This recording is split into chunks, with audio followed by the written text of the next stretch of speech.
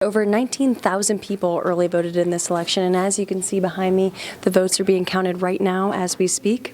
That's right, Chelsea. Each holiday season, the Fayetteville Police Department takes time to give back to the community. Behind me, Harbor High students putting in some hours on the practice field, but before long, they'll have a brand new state-of-the-art stadium. I did a little research into a topic that is very hot right now, voter ID laws. Police arrested a Fayetteville man in Springdale and charged him with a felony. I'm standing outside Fayetteville High School, where Barry Gebhardt has been employed for the past 30 years. Here at the University of Arkansas, students come from all walks of life. Washington Regional is offering free breast exams for all women. If you're worried about how to get around this Thanksgiving holiday, Arkansas Regional Transit is offering free bus rides. I'm Ellen Lampe. More details tonight. Reporting for UATV Live, I'm Ellen Lampe.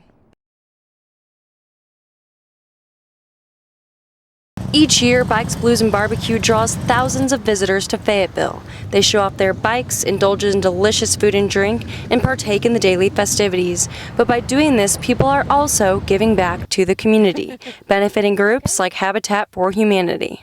It's a really good crowd of people that come through there. We've been a part of Bikes Blues for the last couple of years, and they are aware that it's going to charity. Habitat for Humanity Development Manager Michelle Davis says without the donations from organizations such as Bikes, Blues, and Barbecue, they wouldn't be able to get houses off the ground and families off the streets. It goes back to that basic need of a safe, affordable place to live, and here in Washington County, we have 20% of our population living below the poverty line. This may not look like much, but right behind me is the foundation for a house, which will one day be a home to a family of a single mother with 4 kids. And this is all made possible by the donations from Bikes, Blues, and Barbecue. Charities such as Habitat for Humanity largely rely on the community to fund what they do, which is why they say they are so grateful for the thousands of dollars in donations each year. Kids do better, families thrive. It's a fun process to be a part of. Reporting for UATV, I'm Ellen Lampe. We were fortunate enough to find them before we actually had to stay on the street. Life hasn't always been this tough for Tommy Bottonen. At that time, everything was wonderful for us. This is before he was born, though. I had a good job, I had a truck, I had a 2-bedroom apartment. Life was pretty easy for us. It wasn't like it is now.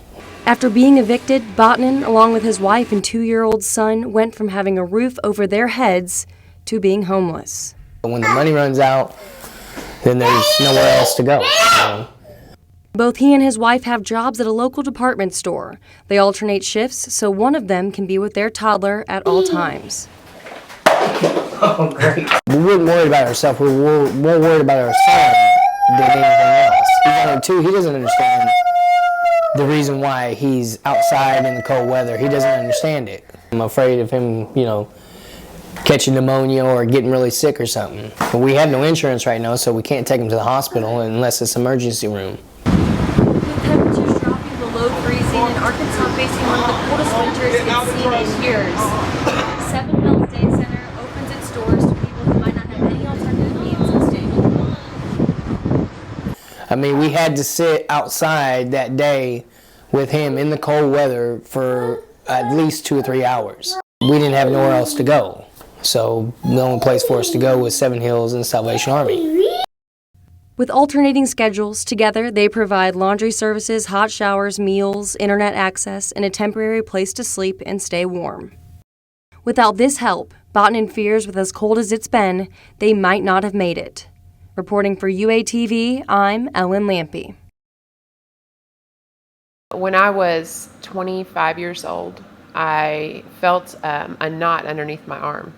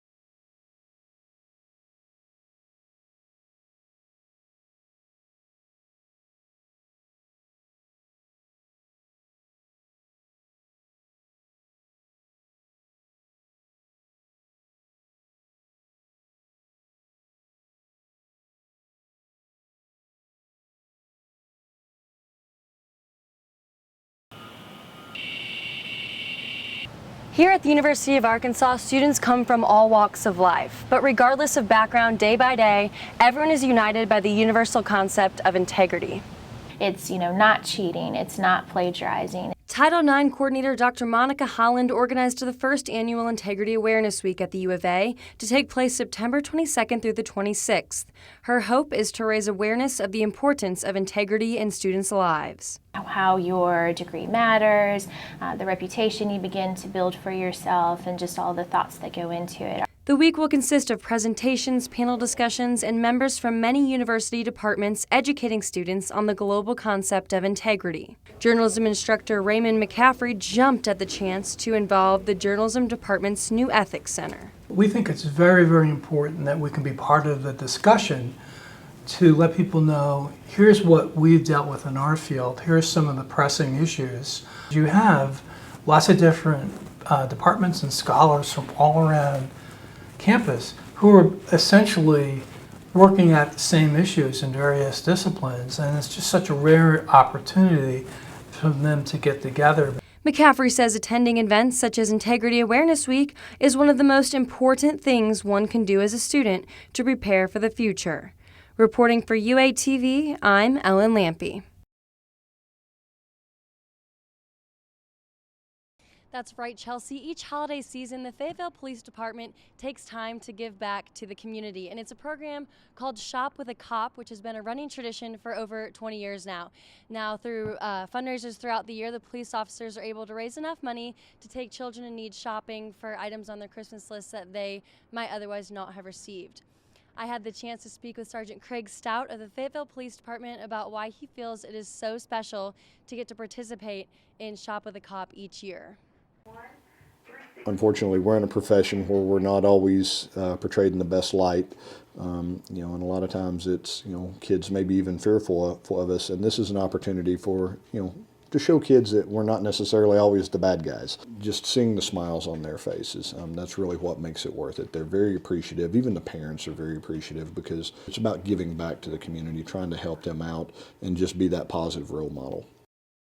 The Shop with a Cop participants are selected by their Fayetteville Elementary School counselors, and each chosen child will get to take their siblings along as well. Sergeant Stout says the annual event is just as rewarding for the officers as it is for the children. Reporting for UATV Live, I'm Ellen Lampe. Back to you at the desk. Thanks, Ellen. Thanks, Sam. I'm live here at the Washington County Courthouse, and I spoke with Peter Loris, the Washington County Election Commissioner, and he said over 19,000 people early voted in this election, and as you can see behind me, the votes are being counted right now as we speak. And Peter Loris said also that this is the biggest voter turnout he has seen in his 12 years of working here, so it seems like this rainy weather has not kept any voters away today. Thanks, guys. Back to you.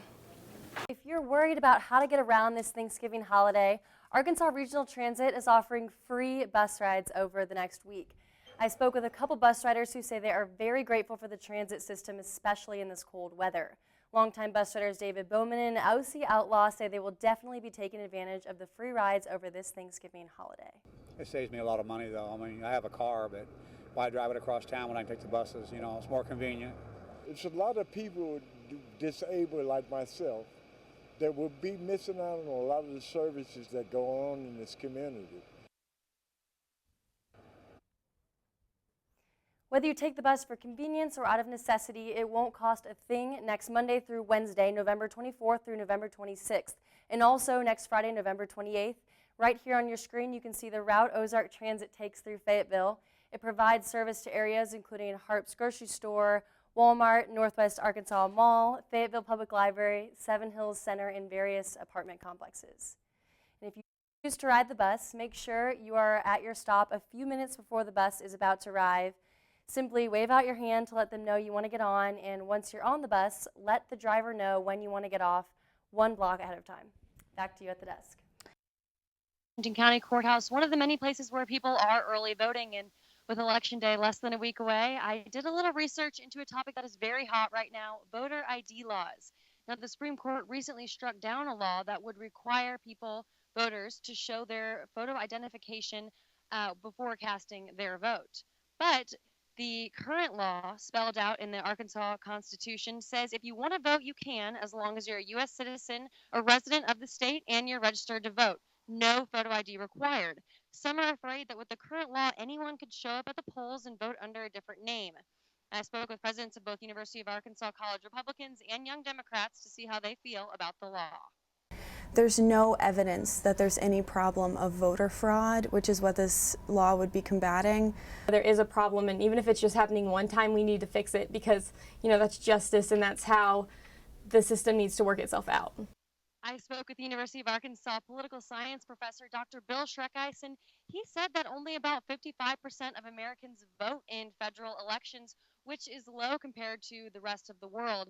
Most of Europe is at 75 to 80%, and even Italy is up there at 90% voter turnout. And so some fear that requiring this photo ID law would even lessen those numbers of voter turnout. Reporting live at the Washington County Courthouse, I'm Ellen Lampe. You had overwhelming support from all the fans here when they gave you that standing ovation when you were taken off in the top of the seventh. How'd that feel? I felt great. I never had like a standing ovation like that before, so I was kind of, shocked. But we have great fans, and they supported me through all my 4 years here. And I was just glad to give them a win today. And you're a senior. This was your last home game. What's it been like to play for the Razorbacks the past 4 years? I mean, it's been a blast. It went by too fast, I feel like. But you get to play in front of such a great crowd, every weekend, and it's just I'll never forget. Let's send it down to the third member of our broadcasting team today from Razor Vision Academy. It's Ellen Lampe. Thanks, guys. Today, Arkansas needs another dominating pitching performance like Brian Stanek had against the nation's #1 ranked team last night. He shut out the 7th best offensive team in the country, and he makes our Golden Flake SEC News and Notes with a 14 2/3 consecutive scoreless streak and a conference ERA of 0.56. And that is the kind of performance that Arkansas should be looking for today.